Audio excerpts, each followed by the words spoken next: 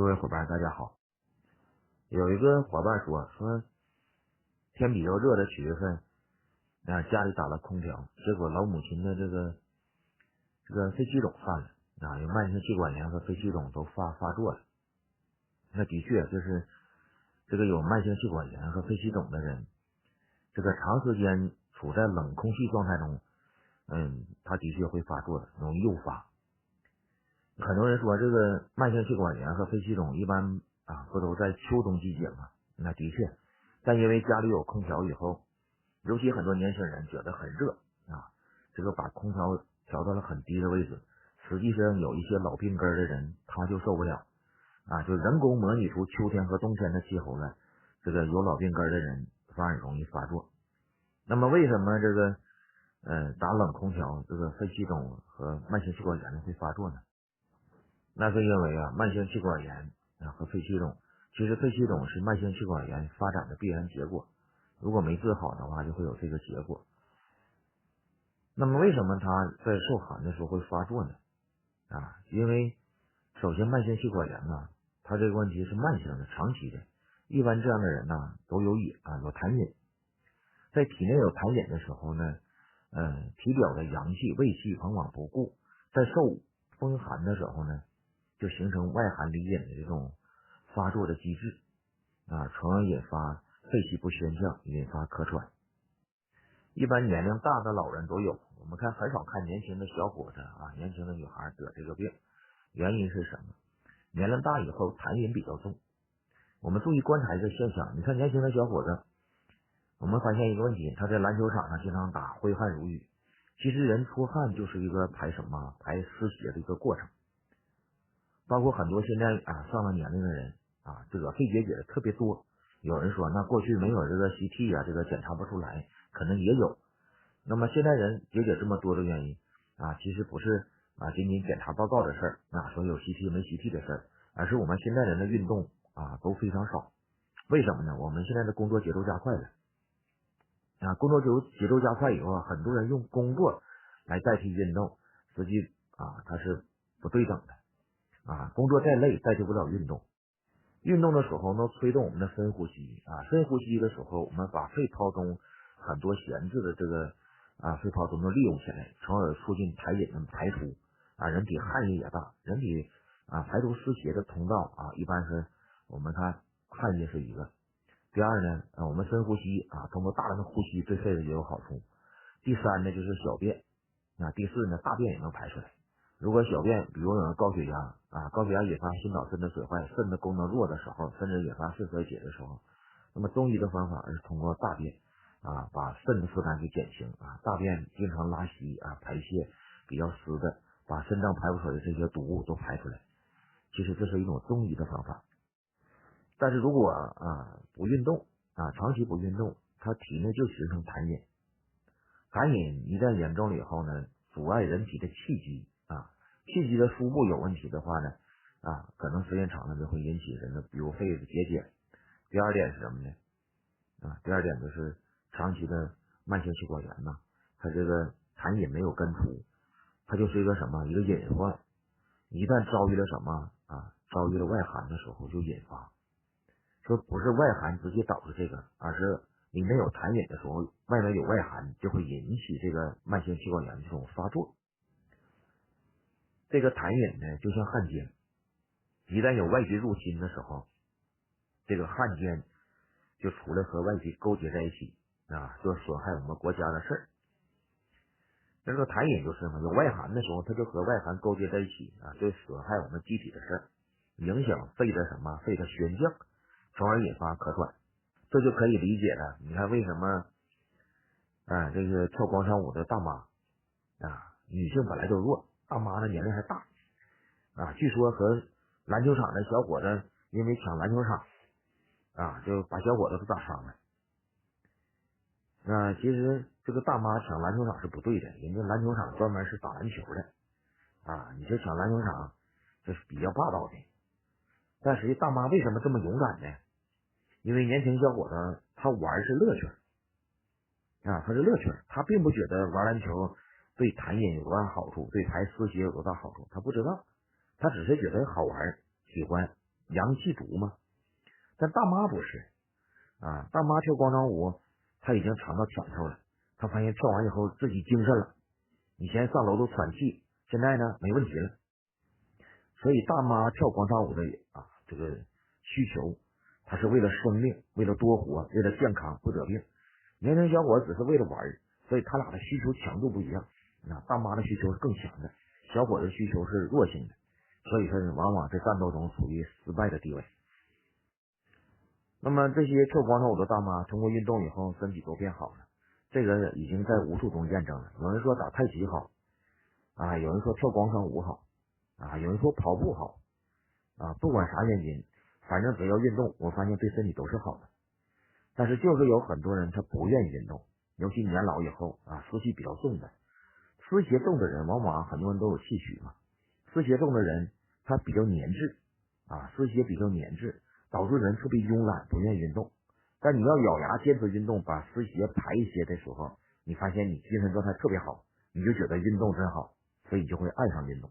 所以我们伙伴问的是家里老人打空调特别冷的时候，慢性气管炎发作了肺气肿也发作了。它实际原因就是人工的空调模拟出秋冬的季节。其实现在也再有20多天吧，再有20多天，8月份了那么也到秋天了如果按东北的话，一早一晚是冷的了，等到9月份，那在东北是更冷的了，得穿外套了到10月份的时候，南方也开始凉了。这个季节秋冬季节，这个慢性气管炎和肺气肿的发作的比例非常高，一般得了几年慢性气管炎的人，老年人都有肺气肿。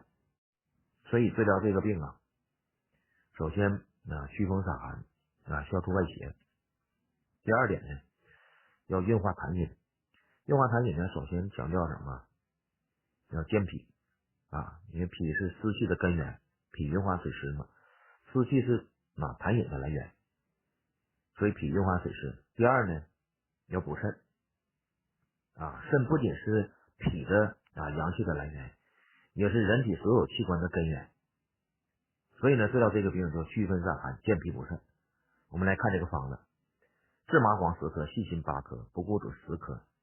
干姜15，党参15，白术15，苏子10克，半夏10克，五味子10克，紫丝英30，熟地15，砂仁3克，炙甘草10克。如果大便干结，加杏仁4克，百合4克，麦冬15，生大黄4克，生白芍10克。如果咳出的痰呢黄色，那么要加黄芩15，瓜蒌15。我们来看这个方子治麻黄。麻黄呢可外开皮毛的郁闭宣畅肺气还能降上逆之气。那么放在这里呢，它和细辛相配伍。它主要作用是什么呢？就是对外呢能解表散寒，对内呢温肺化饮，通利肺气。那这里有补骨脂，我们说肾的阳气它这里用2个药，一个是补骨脂，一个是紫丝英。这2个中药的作用它都是补肾壮阳的补肾壮阳的。说那为啥不用八极天呢，或者是仙灵脾呢？补骨脂和紫丝英在补肾壮阳的同时还能有什么作用呢？还能消除咳喘所以紫丝英配合补骨脂，既补肾壮阳，还能消除咳喘还具有什么纳气归肾的作用，能使肺气宣降这是宣灵脾和八极天不具备的。然后方中党参白术主要是扶中阳配合炙甘草，主要是健脾健脾土，辅助中阳土能生金土能生金，所以肺气虚弱不下降的时候健脾，同时也配合白术能有运化水湿的作用。那苏子呢和半夏配合起到降肺气止咳。那么五味子在这里起敛肺气的作用也能收敛一下，防止制麻黄和细辛宣畅肺积的时候修弱肺气，用五味子来敛一下肺气。然后熟地和砂仁，熟地的话呢，我们看补肾阳的话，给熟地增加补肾阴那么补肾阴的同时容易助湿气，怎么办？加个砂仁3颗，主要是防止属地碍位产生湿气。那如果大便干结，代表了什么呢？这样的人一定是他虽然有肺气肿确实是肺寒。说肺寒怎么看？他可能有这个大便干结的作用的，完全有可能有可能不但干结，有可能还有盗汗、舌红没有苔，恶心烦热什么原因呢？就是虚热内结了虚热内结，因为肺气不宣降那么痰饮比较重，它也会形成什么？形成虚热，虚热内结以后大便下不来，这种就是其实肺寒阴虚症。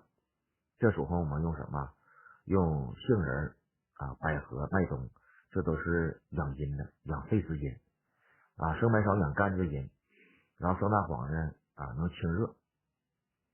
所以这就是大便干结的时候可以用这个方法。尤其老年人稍微瘦一点的特别适合这款。如果咳出的痰是黄色意味着什么？痰饮化热痰饮化热的话，我们加黄芩15瓜蒌15，主要是清热化痰。今天我们请这个的话题是为什么要沉默是金？说到沉默呢，就和语言有关系。其实人类自从有了语言以后语言的应用也不花钱，张嘴就说话。其实说话是一个有水平的东西，即便你很优秀，或者你地位权势很高，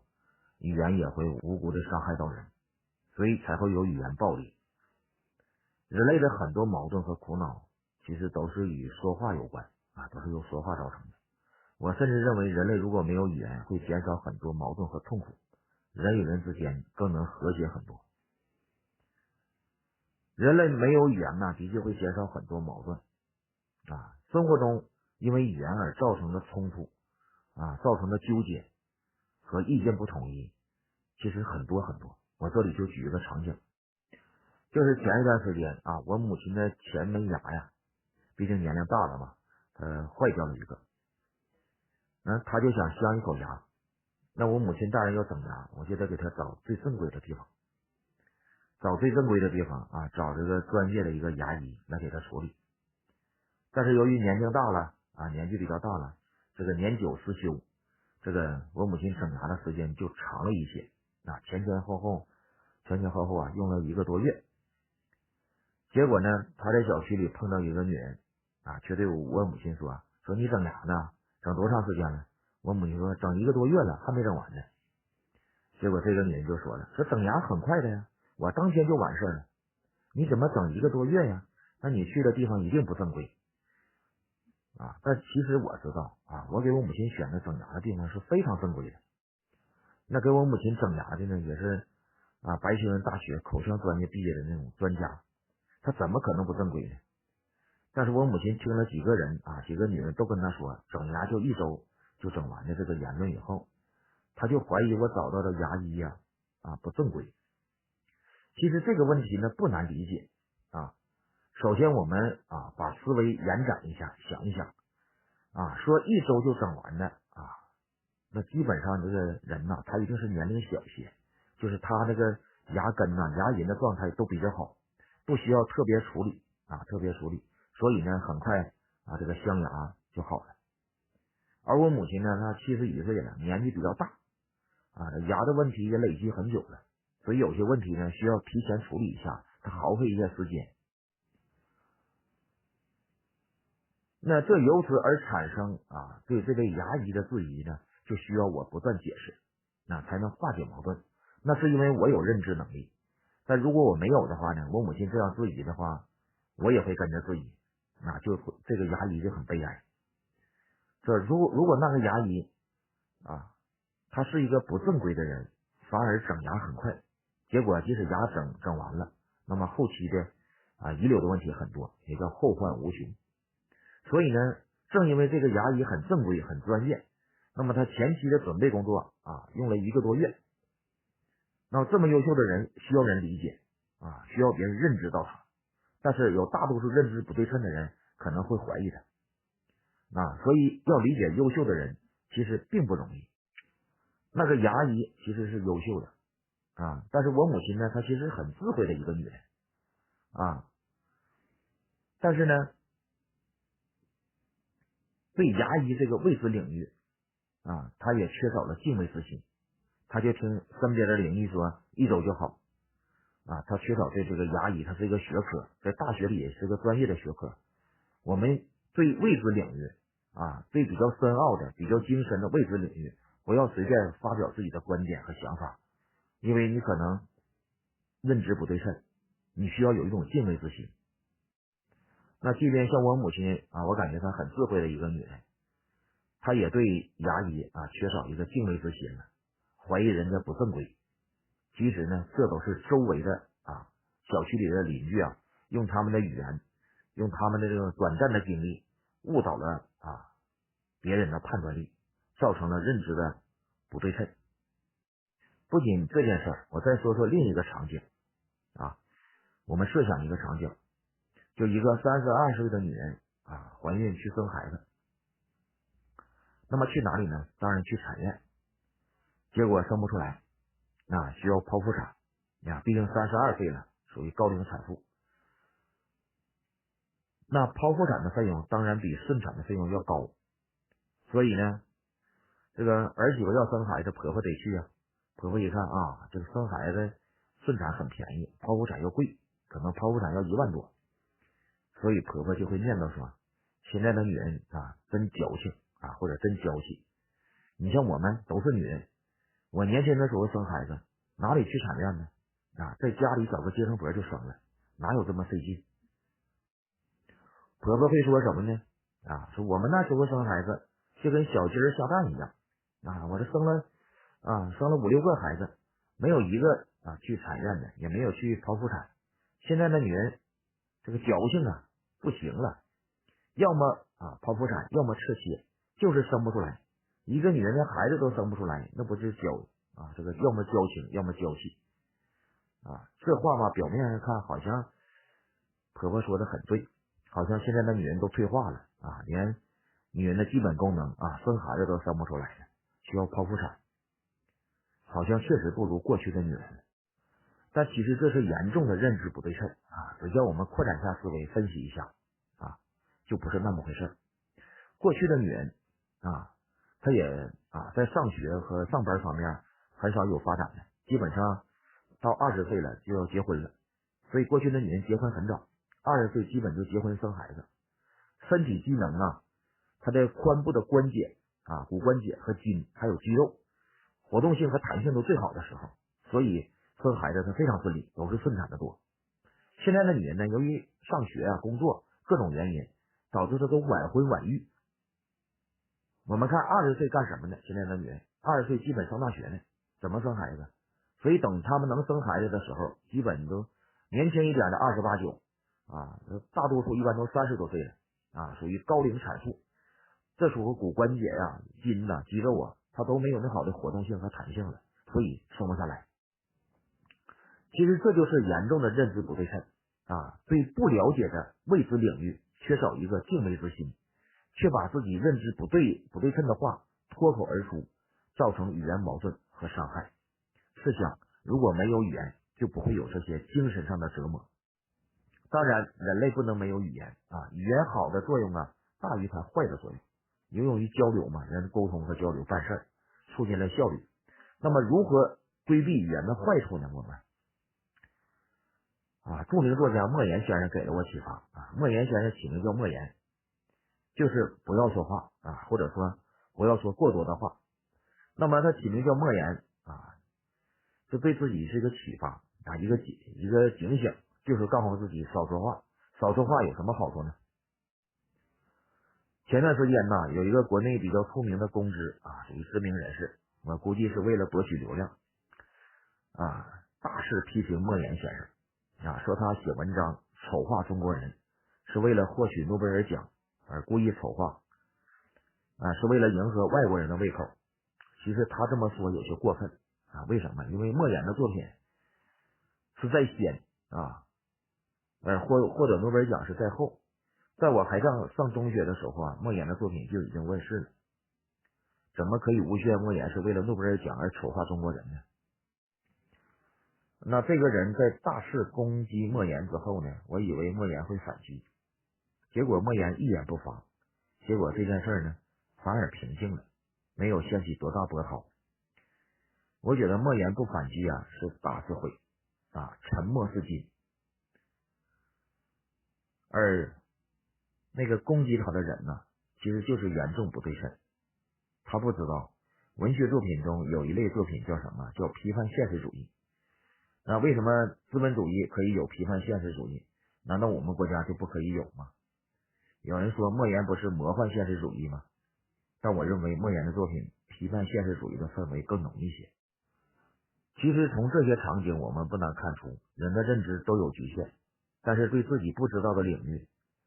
很多人都想发表自己的观点，其实无形当中暴露了自己认知的局限，从而对别人造成困扰和伤害，造成很多不理解和误会。为了防止自己或者别人造成伤害，其实我们应该多讲讲幽默和轻松生活的事儿，别发表自己认为很对，但对别人进行评价和道德绑架的观点，因为语言其实是一把刀，伤了别人，自己还没有任何好处。为了人际关系的美好，为了营造我们幸福的生活，也为了减少你对别人的伤害，或者是别人对你的伤害，请我们都要沉默是金。即使是你的亲人、你的爱人、你的朋友，也请你沉默是金，少说缺少验证、认知不对称的观点。